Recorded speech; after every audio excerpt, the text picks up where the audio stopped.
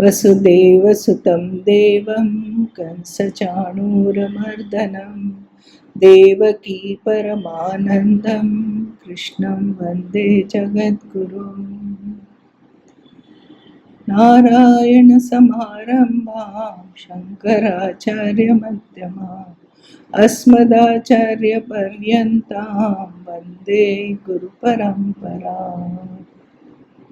ओम शांति शांति शांति। ओम।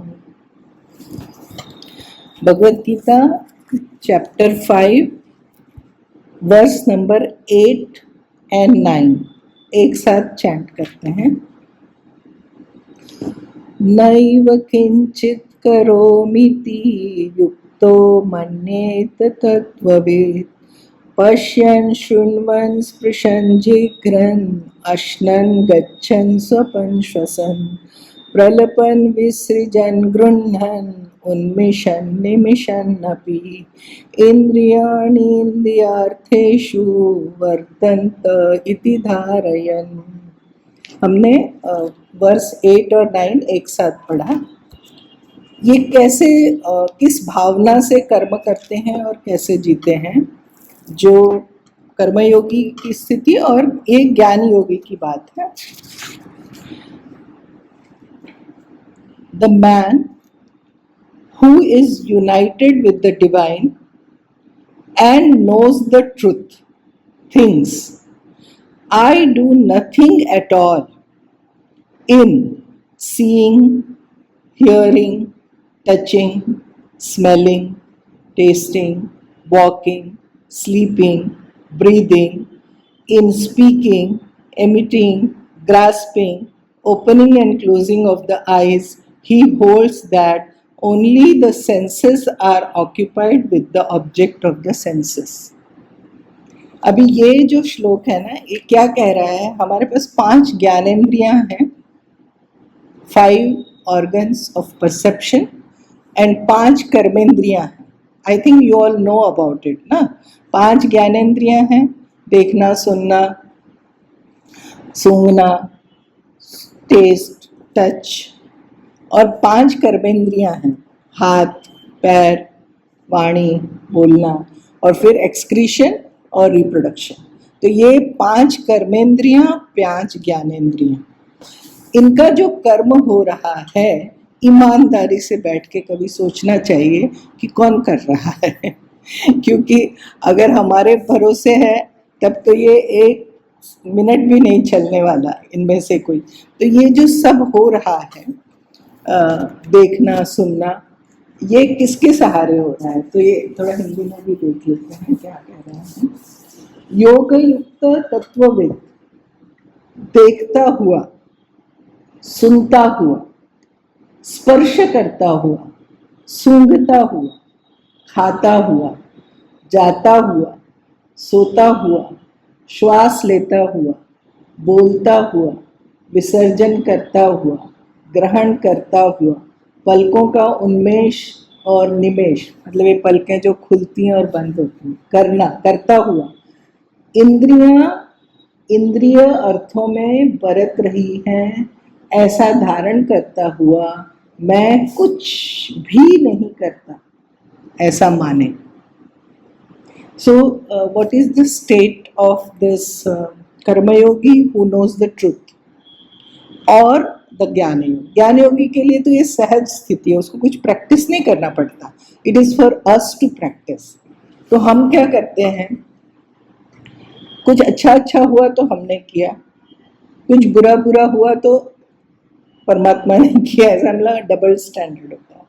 ऐसा नहीं, हमारे ये 5 ज्ञानेंद्रियों से जो भी हो रहा है और 5 कर्मेंद्रियों से जो हो रहा है वो हो रहा है, प्रकृति करा रही है। मतलब प्रकृति का एक नियम है। जैसे अगर आँख के सामने कोई चीज़ आई और आँख अगर ठीक ठाक है, if vision is there, then वो चीज़ हमको दिखेगी। अगर मन ने थोड़ा सा साथ दिया, मन भी आ गया उधर, तो वो दिखना ही है और फिर सबको दिखेगी। ऐसा नहीं कि मुझे ही दिख रही है। तो ये प्रकृति का पार्ट है, प्रकृति ने ऐसा बना के रखा है कि आँख की रेंज में कोई आएगा ऑब्जेक्ट तो वो दिखेगा। इसी प्रकार सुनना, अगर हमारे डेसिबल लेवल के रेंज में कोई शब्द होगा तो कान सुनेगा। उसमें मैंने सुना, आपने क्या एफर्ट किया? अगर आप करते हैं तो जब आँख खराब हो जाती है या कान खराब हो जाते तो सुन के दिखाओ, आँख से देख के दिखाओ, कुछ नहीं होता। कल ही हमको एक संत मिले यहाँ पे, उनको स्ट्रोक हुआ, तो वो क्या बोल रहे हैं कि शब्द जो हैं वो मेरे दिमाग में हैं, मतलब शब्द आते हैं लेकिन जबान से वो निकलते नहीं हैं, है ना। There is that coordination is not there, the शब्द इज देयर बट वाणी बोल नहीं पा रही आफ्टर द स्ट्रोक। सो हम क्या सोचते हैं, we all take it for granted, ये सब इसमें क्या है, नहीं, इसके पीछे देवशक्ति है और वो कर रही है, करा रही है, और ये ना प्रकृति का हिस्सा है। इंद्रियां अपने विषयों में वर्तन कर रही हैं।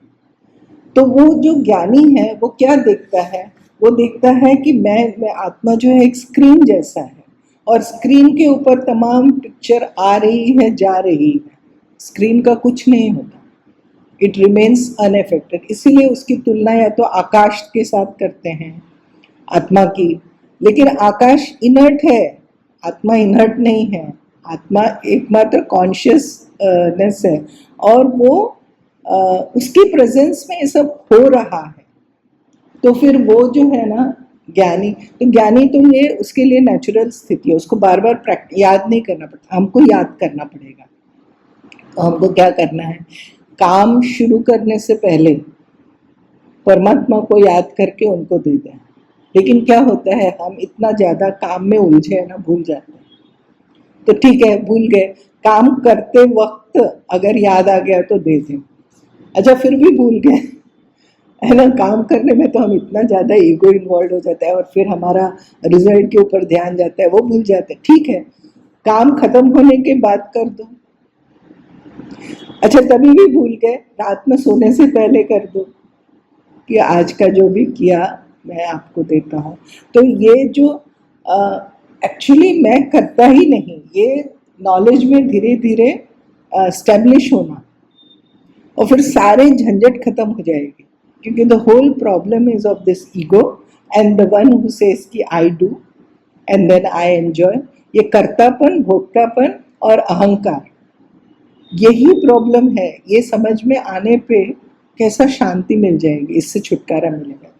तो आज ही क्या हुआ, देखो कैसा कोइंसिडेंस होता है। आज तैत्तिरीय उपनिषद की क्लास में इसके ऊपर एक प्रेयर है, ओम शन्नो मित्र शं वरुणः, आपने भी सुना होगा, शांति मंत्र है, वैदिक शांति मंत्र। तो शिष्य है ना, पूजा कर रहा है, प्रेयर कर रहा है, तो वो सूर्य भगवान से, बृहस्पति से, विष्णु से, इंद्र से, वरुण से, वायु से, सबसे प्रार्थना करता है कि ये शरीर मन ठीक रहे, so that I can study Upanishad. Taittiriya Upanishad का ये शांति मंत्र है।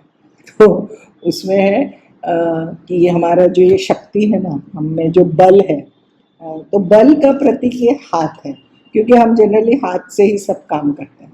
तो बोले इसके देवता है ना, इंद्र हैं, ये हाथों के देवता इंद्र हैं, पैरों के देवता विष्णु हैं, ऐसे अलग अलग देवता ना, आँखों के देवता सूर्य हैं। तो ऐसे उसमें सबको प्रेयर है, सबके लिए प्रेयर है। तो और ये जो वाणी और बुद्धि है ना, इसके देवता बृहस्पति हैं। तो इसीलिए रोज इनका हमको अनुग्रह चाहिए, इनके अनुग्रह से ये काम होता है, ये देखना सुनना। आप इमेजिन करो, अगर हमको ये ड्यूटी दिया जाए कि आप अपना पलक बंद करना और खोलना, हमसे होगा ही नहीं। तो ये भगवान ने वो सब अपने हाथ में रखा है, मतलब प्रकृति के हाथ में है, सब होता रहता है। सांस लेना अपने आप सांस आती है जाती है, हम तो भूल जाएंगे, फिर हमारा क्या होगा हमको ही नहीं मालूम। तो इसीलिए तो वो क्या एक मतलब आप सोचिए, हमारा डबल स्टैंडर्ड भी होता है ना, जैसे मैंने कहा जानबूझ के नहीं होता है, हमारी अंडरस्टैंडिंग इतनी कम है ना, तो हम ऐसा करते हैं। तो कुछ अच्छा हुआ तो अरे मेरा एफर्ट था, you know, I give my 100%, so the thing is successful. और कुछ गड़बड़ हुआ तो ओ भगवान का मेरा उनका ऐसा ही था, ऐसा कुछ करते हैं। तो एक ब्राह्मण देवता थे, तो वो उनका he was very fond of gardening जो हमारे ग्रुप में बहुत फॉन्ड ऑफ प्लांट्स और गार्डनिंग है, ज़रा ध्यान से सुने। He was very fond of gardening, बहुत अच्छा गार्डन मेंटेन किया था। एंड तो एक दिन क्या हुआ, वो आते हैं ना कोई कोई एनिमल घुस जाते हैं, गार्डन खराब कर देते, तो एक दिन एक गाय आ गई। वो गाय आ गई और फिर वो सब खाने लगी फूल, तो इन्होंने, इनके हाथ में कुछ था, इन्होंने ऐसे फेंका उसको भगाने के लिए। अब वो ऐसा कुछ लगा कि वो गाय मर गई। अब गाय मर गई यानी बहुत बड़ा पाप हो गया, क्योंकि ब्रह्म हत्या, गो हत्या हो गई ना, गो हत्या बहुत बड़ा पाप है, ब्राह्मण ने कर दिया। अब वो ब्राह्मण ने बहुत अक्ल लगाया, थोड़ा थोड़ा आधा अधूरा वेदांत भी पढ़ते होंगे शायद, तो उन्होंने बोला कि असल में मैंने नहीं किया। तो क्या किसने किया, ये गो हत्या किसने किया? बोले इंद्र ने किया। क्यों? ये तो बल किसका है, ये बल के देवता कौन है? इंद्र है। हाथों में ताकत किसने दिया? इंद्र ने दिया। तो इंद्र ने किया, आई हैव नॉट डन। अच्छा, तो बात इंद्र तक पहुंची कि आपने गो हत्या की है, वो गार्डन में एक गाय मरी पड़ी है और बोलते हैं आपने मारा।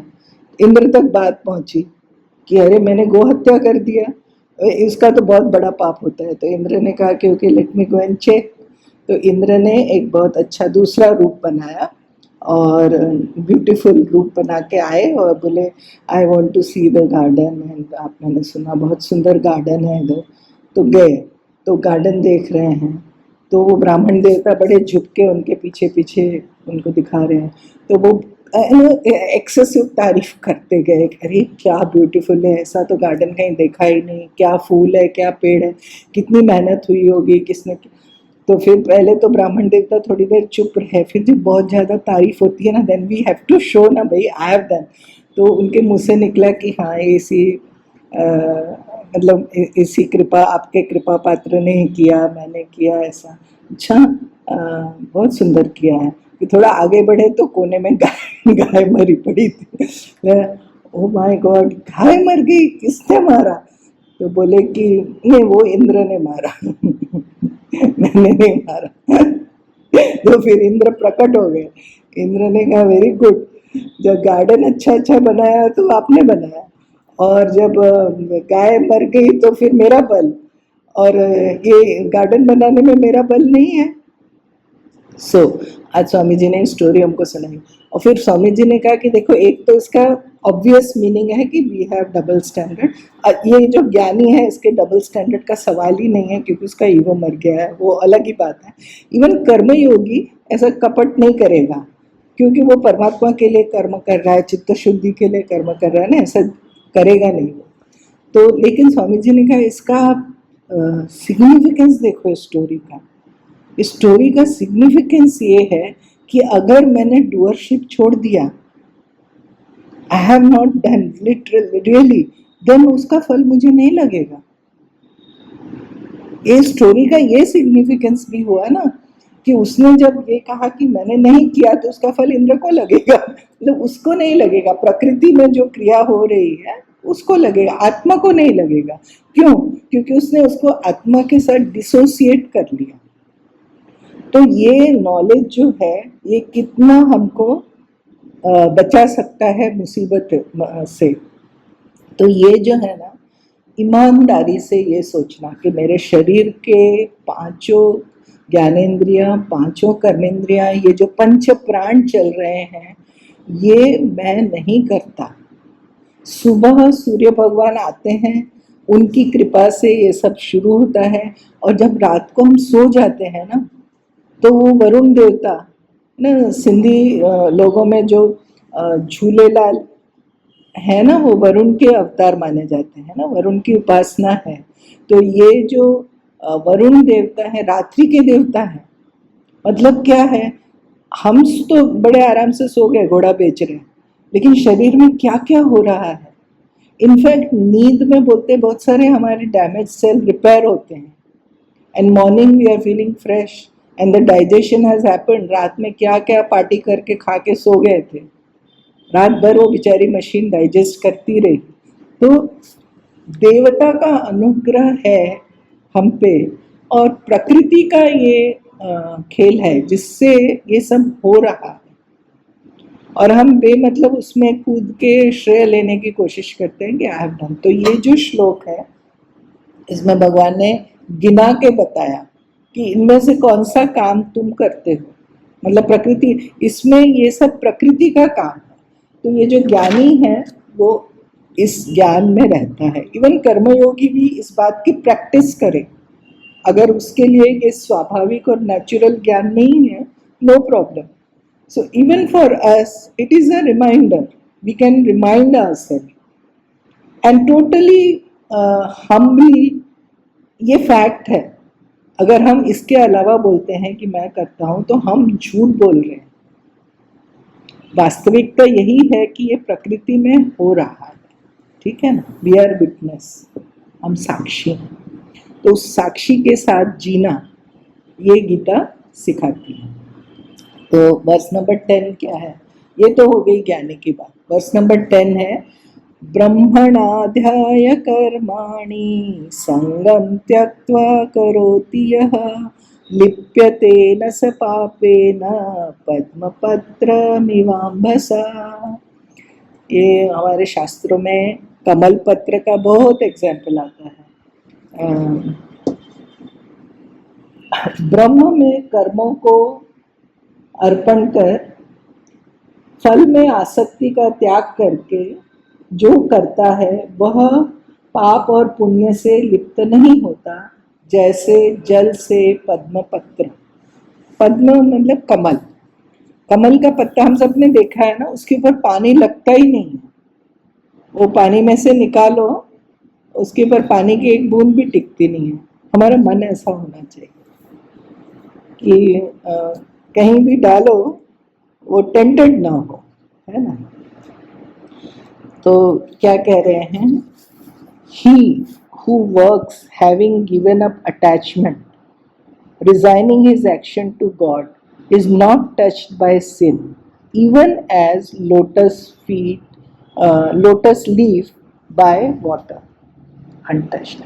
तो हमको वो कमल का पत्र, एक्चुअली जब हम ये सब चढ़ाते हैं ना, फूल चढ़ाना, पत्र चढ़ाना, तो कुछ कुछ उनके सिग्निफिकेंस को भी याद रखना चाहिए। कमल का पत्ता जैसे हमको टेंट में अपने ऊपर कुछ लगने नहीं देना है। तो Gita requires us not to renounce work but to do them, offering that to supreme. Supreme यानी ब्रह्मन, परमात्मा। तो हमारे जो कर्म है ना, वो हम जब दुनिया के लिए या अपने ईगो के लिए न करें, परमात्मा के लिए करें। इसको बोलते हैं ब्रह्मणाध्याय, परमात्मा में रख के अपने कर्म करें। और क्या करना है, हैविंग गिवन अप अटैचमेंट। किसका अटैचमेंट? फलासक्ति, फल मुझे मिले, ये आसक्ति, उसको छोड़ दीजिए। Then we renounce our attachment to the finite ego and its likes and dislikes and place our action in the eternal, we acquire the true renunciation. So ये जो बात है ना, ये कर्मयोगी के लिए है, ये ज्ञान योगी के लिए नहीं है। वो तो करता है ही नहीं, उसमें तो डूअरशिप है ही नहीं। लेकिन कर्मयोगी में डूअरशिप है। कैसा? मैं परमात्मा का नौकर हूँ, मैं परमात्मा के लिए कर्म करता हूँ, मैं परमात्मा की प्रसन्नता के लिए कर्म करता हूँ, ये भाव है। Nothing wrong in that. वो भाव के साथ जी रहे हैं। तो आप क्या करो, आप अपने कर्म उनके दे दो, परमात्मा को दे दो, और फल की आसक्ति मत करो। अगर आप ऐसा करते हैं तो आप भी कमल के पत्ते जैसे पाप मतलब यहाँ पाप और पुण्य दोनों, शुभ अशुभ दोनों, क्यों दोनों बांधेगा। अगर पुण्य भी है तो हमको उसके लिए जन्म लेना पड़ेगा, पुण्य का भोग करने के लिए। तो यहाँ पे पाप कहते हैं ना जब, तो मतलब दोनों पाप और पुण्य, शुभ और अशुभ, दोनों से छूटने का ये तरीका है। क्या तरीका है? दो बात, परमात्मा के लिए कर्म करना और रिजल्ट सिर्फ मेरा हो ऐसा नहीं, रिजल्ट जो आए वो प्रसाद बुद्धि से लेना। तो ये हम कई बार डिस्कस करेंगे ना, 3rd chapter, 4th chapter, 5th chapter, आगे भी आएगा। ये की है गीता, हमको बार बार अनासक्ति बोलेगी कि आप, क्योंकि रिजल्ट जो है वो बनाया ही, यूनिवर्स बनाया ही ऐसे है, हमारे हाथ में है करना, कर्म करना, लेकिन रिजल्ट हमारे हाथ में नहीं है। खाना खाना हमारे हाथ में है, डाइजेस्ट करना हमारे हाथ में नहीं है। पूरा यूनिवर्स ऐसे ही चलता है। तो कर्म करना हमारे हाथ में है, और कर्म का रिजल्ट कैसे मिलता है? एक व्यवस्था है पूरे यूनिवर्स में, कर्म फल देने की परमात्मा ने व्यवस्था बनाई है, उसके हिसाब से कर्म फल मिलता है। लेकिन जो भी मिले, हमारी नज़र उस पर ना हो, हमारी नज़र हो मेरा कर्म अति सुंदर हो परमात्मा की के लिए। जैसे फूल, अच्छा फूल हम परमात्मा को अर्पण करते हैं, सूखा हुआ सड़ा हुआ फूल नहीं देते। तो हमारे अच्छे, हमारे कर्म इतने सुंदर हों कि मैं बिना हिचक, बिना झिझक उसको परमात्मा को दे सकूं कि परमात्मा ये मैंने आपके लिए किया, और इसका जो फल है वो सबके लिए हो। मुझे जो भी मिले, मेरा जो अंश मिलेगा, मैं उसे प्रसाद बुद्धि से, आसक्ति नहीं करना। अगर हम ऐसा कर सके तो जैसे वो अभी इंद्र वाली कथा हमने सुनी, उसमें पाप और पुण्य दोनों से हमको लिप्त नहीं होंगे।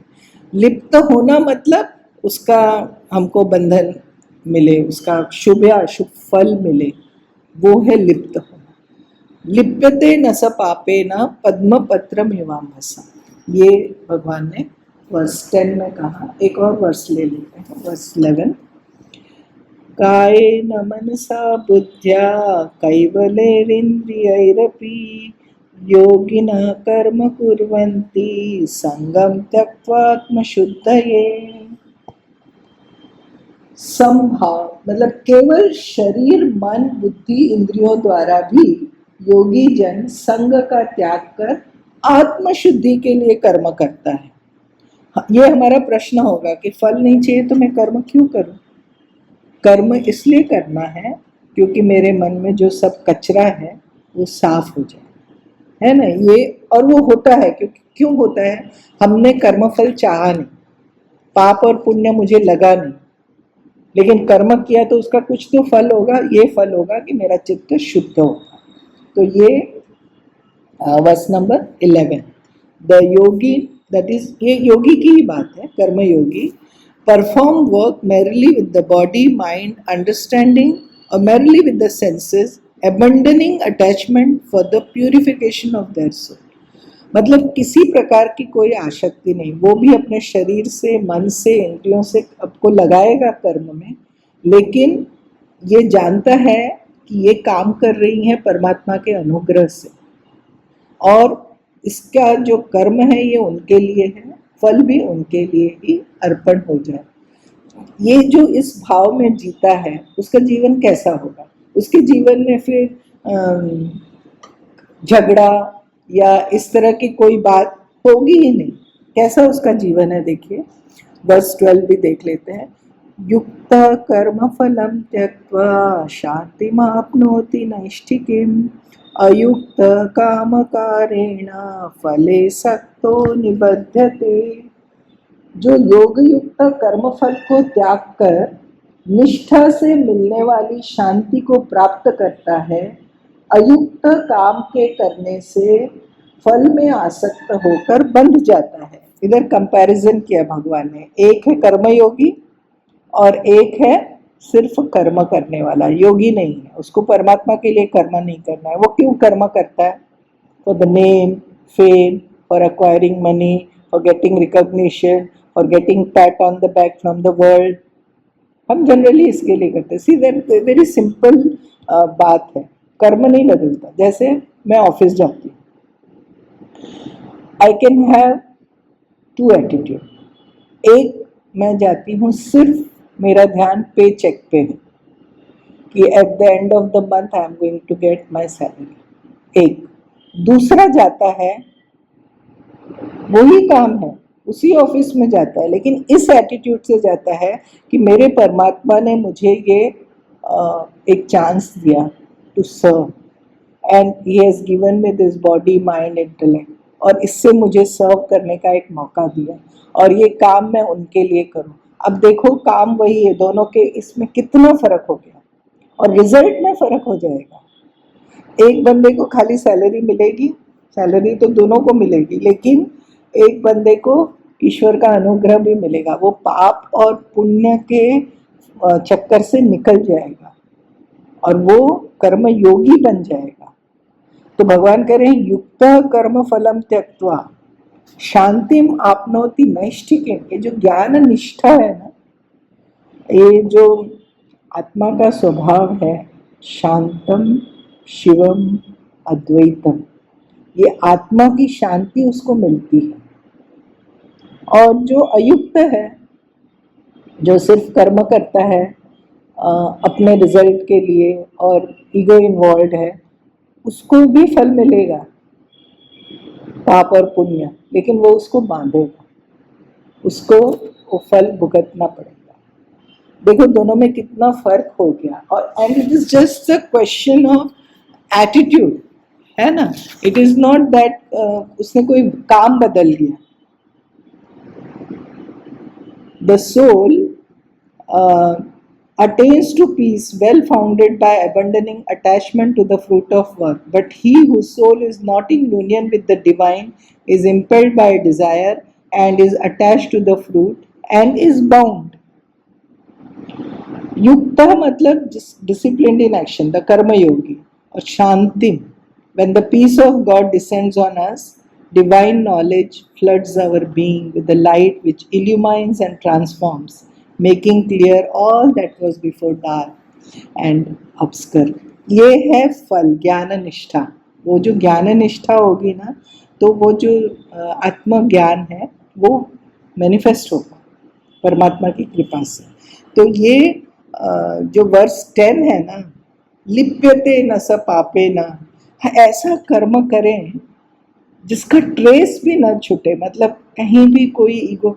इसका राधा कृष्णन जी ने एक वर्स 10 का डिस्क्रिप्शन लिखते वक्त एक इमर्सन की पोयम लिखी है, इतनी सुंदर पोयम है, मैंने सोचा मैं आपके साथ शेयर करती हूँ। इमर्सन कह रहे हैं,